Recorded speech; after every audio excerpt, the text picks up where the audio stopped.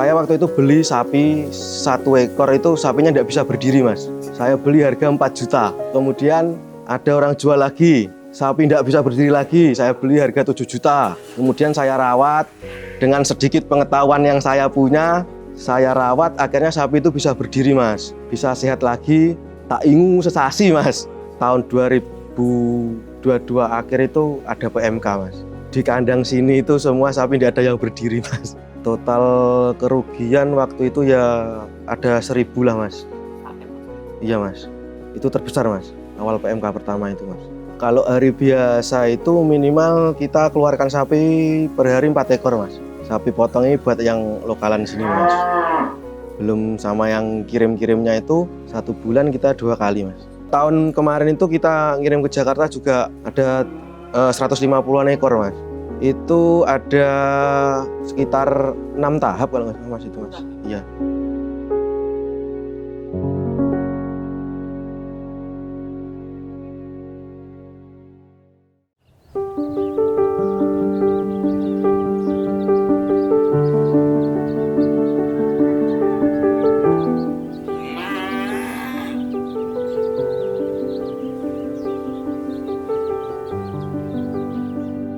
Assalamualaikum warahmatullahi wabarakatuh. Perkenalkan, saya Hamdan Raihan, biasa dipanggil Rehan. Kita dari Omah Sapi Trenggalek, bekerja khususnya di bidang peternakan, khususnya sapi.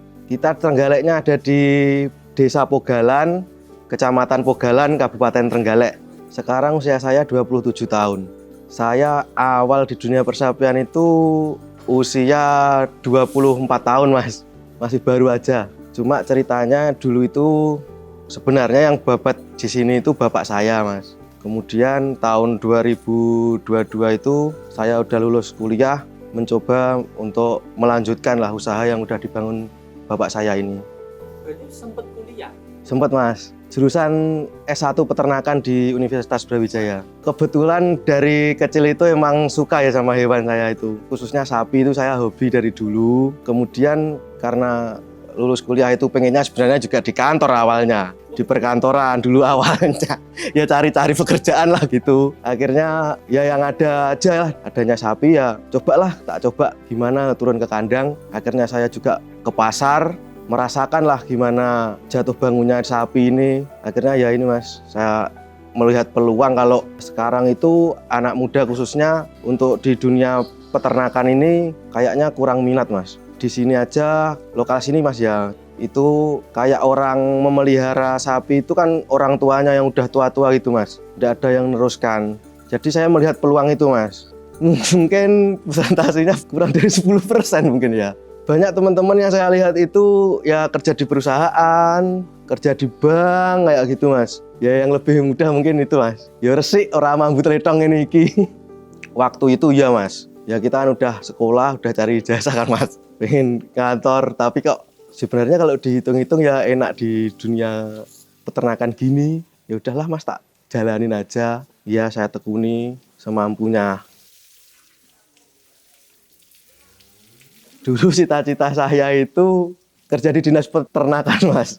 Jadi pegawai negeri sipil lah. Tapi kemudian karena ya udah nyoba-nyoba terus nggak ini, akhirnya ya saya kembali lagi ke kandang mas. Kembali lagi ke kandang, waktu itu tahun 2022 itu awalnya saya itu mencoba di sapi itu nggak langsung sapi gini mas. Saya waktu itu beli sapi 1 ekor itu sapinya nggak bisa berdiri mas. Saya beli harga 4 juta. Kemudian ada orang jual lagi, sapi nggak bisa berdiri lagi. Saya beli harga 7 juta. Kemudian saya rawat dengan sedikit pengetahuan yang saya punya. Saya rawat akhirnya sapi itu bisa berdiri mas. Bisa sehat lagi, tak ingu sesasi mas. Waktu itu, iya awal-awal saya bengkel sapi mas memang. Ternyata kok untung, enak ya gini ya. Itu akhirnya modal saya bisa naik muter sampai sekarang mas, alhamdulillah. Saya treatment mas, saya treatmentnya ya pakai jamu, pakannya kita pakai yang bagus. Dulu itu ya saya cuma pakai jamu-jamuan kayak kunyit, temulawak, terus gula merah itu mas. Ya sehari saya kasih 3 kali gitu, tapi juga saya selingi dengan obat-obatan hewan. Kebetulan kan kakak saya juga dokter hewan mas. Akhirnya saya konsultasikan itu, saya gabungkanlah ilmu kedokteran ini dengan ilmu jamu-jamu yang sedikit saya ketahui ini. Alhamdulillah bisa menyehatkan lagi sapi yang sakit ini mas. Obat-obatan itu kalau yang saya tahu pemberiannya kalau suntik itu ya 2 hari sekali mas. Ada lagi vitamin-vitamin tambahan kan, kalau vitamin itu ya setiap memberikan minum itu kita campurkan ke minumannya. Sampai sapinya itu sehat lagi mas. Ya kalau seminggu udah sehat ya udah cukup seminggu itu. Kemudian sapinya kita rawat dengan asupan pakan yang memadai, yang bagus. Itu.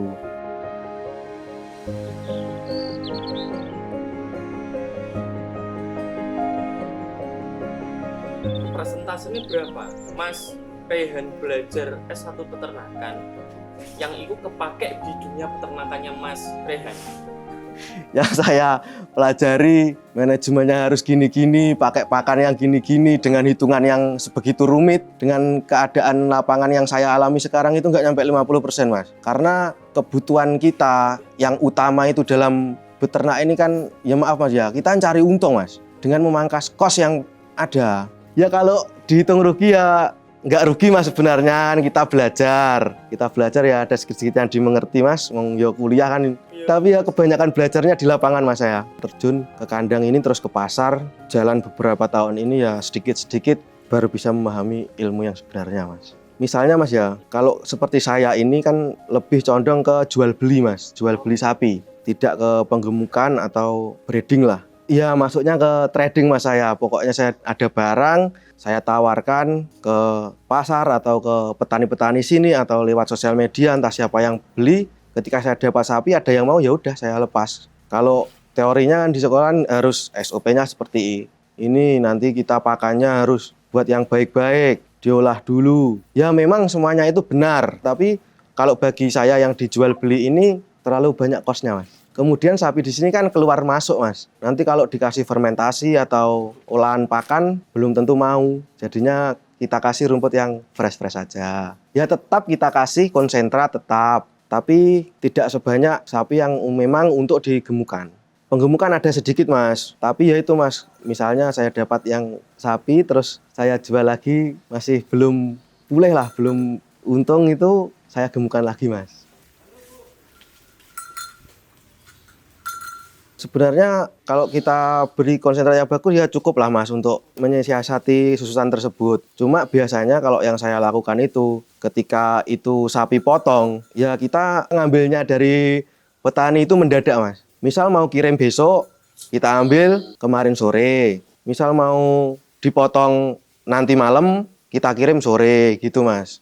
Jadi untuk meminimalisir penyusutan. Kemudian kalau kiriman jauh agak jauh gitu ya sapi kita beri vitamin, kita beri obat-obatan lah biar sapinya itu tidak stres nemen-nemen gitu mas. Kirim itu kalau kita itu sapi jantan pernah ke Kalimantan Tengah sama Kalimantan Selatan bisa mas. Terus kita juga kirim ke Jawa Barat mas untuk sapi potong gitu. Pernah paling jauh itu kita kirim sapi ke Batam mas. Kita coba itu ya aman mas, tapi dengan penuh resiko karena waktunya kan lama ya mas. Dari Gepok Tular mas dulu itu mas. Kemudian kan kebetulan yang customer kita dari Batam sama dari Kalimantan Selatan itu orang asli Trenggalek sini juga yang di sana juga usaha sapi mas. Gitu. Jadi kita kerjasama sapinya dari sini dikirim ke sana gitu. Kalau kita sih sebenarnya nyarah permintaannya mas. 100 ekor kalau kita diberi waktu kita juga bisa mas. Kita sediakan. Tahun kemarin itu kita ngirim ke Jakarta juga ada 150-an ekor mas. Itu ada sekitar 6 tahap kalau nggak salah mas itu mas. Iya. Sebenarnya kalau populasi kandang saya ini cuma dikit mas, kan cuma kecil ya. Maksimal kita bisa 150 ekor sapi mas. Biasanya kita kan buat kandang dadakan di sini mas, di depan sini. Kalau memang waktu Idul Adha gitu. Kalau sekarang ini masih belum.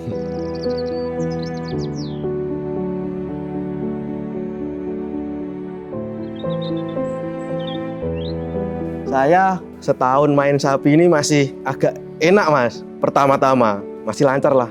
Kemudian tahun 2022 akhir itu ada PMK mas. Di kandang sini itu semua sapi tidak ada yang berdiri mas. Tidak ada yang berdiri. Saya waktu itu juga pas kirim Kalimantan 2 puso sapi jantan-jantan itu sampai ke pelabuhan dikabari ada PMK itu ditolak mas, disuruh balik.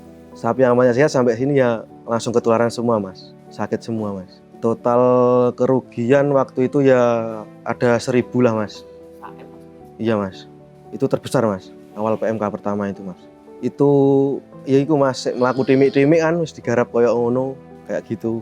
Mulai mentale anu mas, dibalikne ngene mas. Alah wis iki titipane sing kuwasa ya dijumuk sing kuwasa sing duwe ya wis. Yen kayak gitu mas. Ya saya juga sharing-sharing sama bapak saya toh mas. Bapak saya kan ya mikir kok sampai ngene, saiki sapi kok angel men. Kok juju nek penyakit aneh ngene, tapi ya wis piye neh. Wis nek sing kuwasa dijumuk sing kuwasa ya wis bene. Terus kita memang mainan sapi kan kena dari sapi ya kita cari lagi dari sapi. Gitu mas. Bapak babat itu sudah agak lama mas, dari tahun 80-an mas. Ya cuma ya masih ada kandang ini tuh tahun 2017 lah ada kandang ini. Hampir segituan lah. Terus setelah saya udah nggak sekolah ini, terus enek PMK, bapak wis ndak neng kandang kan. Tapi tetap ikut ke pasar dan buat hiburan itu tetap ikut. Akhirnya ya dengan mbuh piye carane bapak ya ngomong ya lek iso awakmu iso luwih kok aku le. Ya wis kuwi Mas sing marahi aku kuwi. Malih duwe krentek, punya perasaan ingin lah kita bangkit gitu. Saya udah nikah Mas. Saya nikah tahun 2022, sekarang udah punya 2 anak kecil-kecil. Itu saya awalnya ibu rumah tangga Mas. Kemudian sekarang kerja di balai desa. Aku mesti tekok bojoku Mas. Piye mah iki kok ngene ya. Bantu support sama bantu doa Mas. Yang utama sih itu Mas. Ketika dia udah support gitu ya tambah semangat lah kita. Tambah berani gitu Mas. Kalau untuk saat ini alhamdulillah kami setelah kena PMK 2 sesi Mas. Kita pelajari dengan pengalaman yang ada ini alhamdulillah terakhir-akhir ini memang ada. Blitar itu ada PMK lagi tapi nggak sampai separah itu Mas. Karena memang ya kita udah melakukan vaksin yang pertama. Yang kedua untuk penanganan pertamanya itu kita udah tahu Mas. Kalau dulu memang yang pertama kita mati banyak itu ya belum tahu sama sekali lah. Waktu itu dokter hewan pun juga masih bingung gitu. Kalau di kami itu penanganan pertamanya sapi kena PMK itu kalau kita hilangkan dulu demamnya Mas. Dengan cara kita panggil dokter hewan Mas. Kita panggil dokter hewan, suruh nyontek dulu biar demamnya hilang. Kemudian kita treatment. Keluhnya kita lepas biar hidungnya tidak sakit. Gitu. Kemudian kita bersihkan lukanya yang ada di mulut sama di kaki. Terus kuncinya itu yang penting sapi makan. Kita suapin terus Mas sapinya. Sampai sapi itu bisa makan sendiri. Insya Allah sapinya aman Mas kalau kena PMK. Atasi PMK sesederhana itu Mas ya? Iya Mas. Enggak yang ribet-ribet ya? Sebenarnya enggak, cuma kadang yang mati-mati itu tidak telaten dulangi itu Mas. Akhirnya sapi kan lapar, kalau enggak makan kan ya geblak toh Mas. Bisnis sapi ini kalau untuk pemula sebenarnya ya cocok-cocok aja Mas. Pemula kadang kan bingung toh Mas, pengen duit-duit kerja apa ya? Mungkin ya ngingu sapi. Cuma kalau untuk pemula di kota ya enggak tahu Mas saya. Kalau di desa ya mungkin bisa bingung-bingung apa ngaret yang ngingoni sapi. Nanti beli harga segini, kita jual dengan waktu 4 bulan, 5 bulan, atau setahun kan udah untung Mas.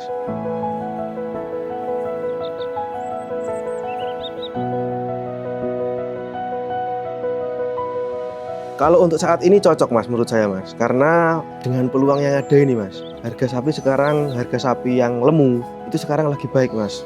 Karena memang kurangnya orang yang memelihara sapi Mas untuk saat ini. Banyak penurunan pasca ada PMK ini Mas. Orang-orang tani banyak yang kapok ngingu sapi. Tapi kalau kita pemula terus kemudian sekarang ini sudah paham akan internet kan kita bisa cari tahu tuh Mas. Banyaklah di internet ilmu-ilmunya gimana bisalah dilakukan. Semuanya itu berawal dari yang kecil Mas. Kita punya uang besar langsung kita brukkan di sapi ini ya belum tentulah kita bisa langsung memanajemen dengan bagus itu belum tentu Mas. Tapi kalau kita mulai dari ini kita ingin usaha sendiri kan. Misalnya ngingu 1 ekor, 2 ekor, kemudian tiap hari kita ketemu sama sapi, akhirnya kita akan ngerti Mas, oh sapi ini toh. Kalau kita main di sapi potong atau pembesaran Mas, penggemukan itu minimal ya 4 ekor Mas, 3 ekor, 4 ekor lah minimal Mas. Dengan durasi maksimal 5 bulan, itu baru kerasa Mas. Nanti yang sapi satu misalnya untuk kosnya pakan, yang sapi kedua untuk tenaga kita, nanti yang 2 bisa keuntungan bersihnya Mas. Tapi kebanyakan di sini kan ternak itu sapi masih dijadikan tabungan Mas. Jadinya ngingune suwi-suwi ngoten niku. Kebanyakan sih kalau di sini masih sapi itu dibuat tabungan, belum dibuat komersialisasi ya Mas. Iya, insya Allah cocok Mas. Cuma memang harus senang sama sapi dulu. Saya dulu mulai dari sapi sakit Mas.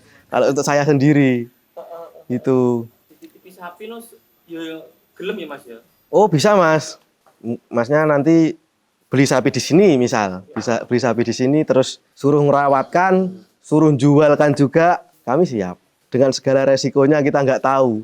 Tetap kita usahakan yang terbaik. Cuma karena sapi ini memang bernyawa itu Mas, kita nggak bisa kalau ada musibah yang gimana lagi gitu kan.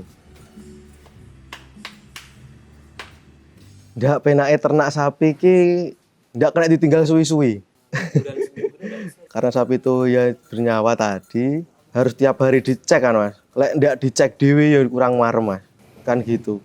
Jadi arep dolan arep ndak iso Mas. Ndak penake. Lek penake wayah adol Mas, wayah nampa duit penake. Sebenarnya yang saya alami ini panggah enak Mas. Soalnya aku kan suka loh Mas di sini Mas. Ketika kita udah ya wis demen wis nyaman ning ngene akhirnya ya ndak enak ndak penake wis penake demen nang nomor sapi iki Mas. Kalau hari biasa itu minimal kita keluarkan sapi per hari 4 ekor Mas. Sapi potong ini buat yang lokalan sini Mas. Belum sama yang kirim-kirimnya itu 1 bulan kita 2 kali Mas.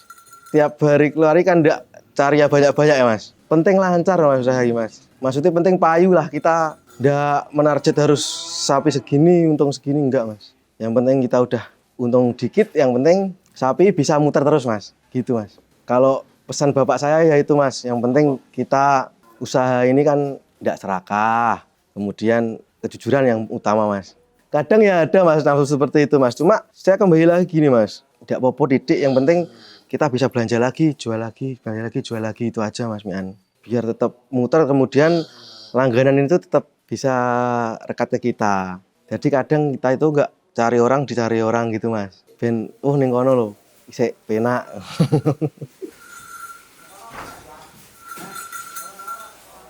Emang giling-giling no sampe wis ikhlas. Ikhlas tidak ikhlas Mas sebenarnya Mas. Tapi ya mencoba untuk ikhlas. Kalau sekarang ya dikit-dikit ya panggah eling Mas dikit-dikit, cuma ya digawe itu tadi Mas. Kita tetap harus berjalan. Ojo mek ndelok kuwi tok ya wong aduh ya tau penak kok sapi kok. Aduh tau penak kok sapi ya wis kenek kok sapi bene. Kita tetap jalan terus. Waktu itu soalnya juga kita pernah ada PMK yang setahun lalu. Kita di sini kandang juga banyak, akhirnya kita keluarkan semuanya sehat-sehat, nulungi nek wong sing kena PMK kuwi Mas. Kita nulungnya kan membeli loh Mas. Saya obatin, alhamdulillah ya bisa sembuh-sembuh itu Mas. Kalau pengen komunikasi dengan Samen, caranya piye Mas? Bisa langsung datang ke sini, kita terbuka kok. Akun TikTok-nya ada Omah Sapi Trenggalek. Di situ juga ada nomor WA saya. Pesan buat teman-teman yang masih muda, Mas. Yang penting kita itu bekerja. Jangan bilang nggak bisa, lakukan aja itu. Ojo mikir kalah dhisik, tapi wis yakin lah, yang penting yakin kita lakukan itu aja. Kalau kita nggak memulai, kapan kita mau bisa mulainya kan gitu. Ya karena semua ini kan kembali lagi tuh Mas, miliknya Gusti Allah. Kita itu kan cuma dititipi, ibaratnya kan gitu. Saya Rehan dari Omah Sapi Trenggalek, alamatnya di Desa Pogalan, Kecamatan Pogalan, Kabupaten Trenggalek, Jawa Timur. Yang pengen tahu kita bisa langsung datang ke sini, kita open, kita terbuka. Juga bisa langsung aja kunjungi ke TikTok kami, Omah Sapi Trenggalek, di situ ada WA saya. Terima kasih. Assalamualaikum warahmatullahi wabarakatuh.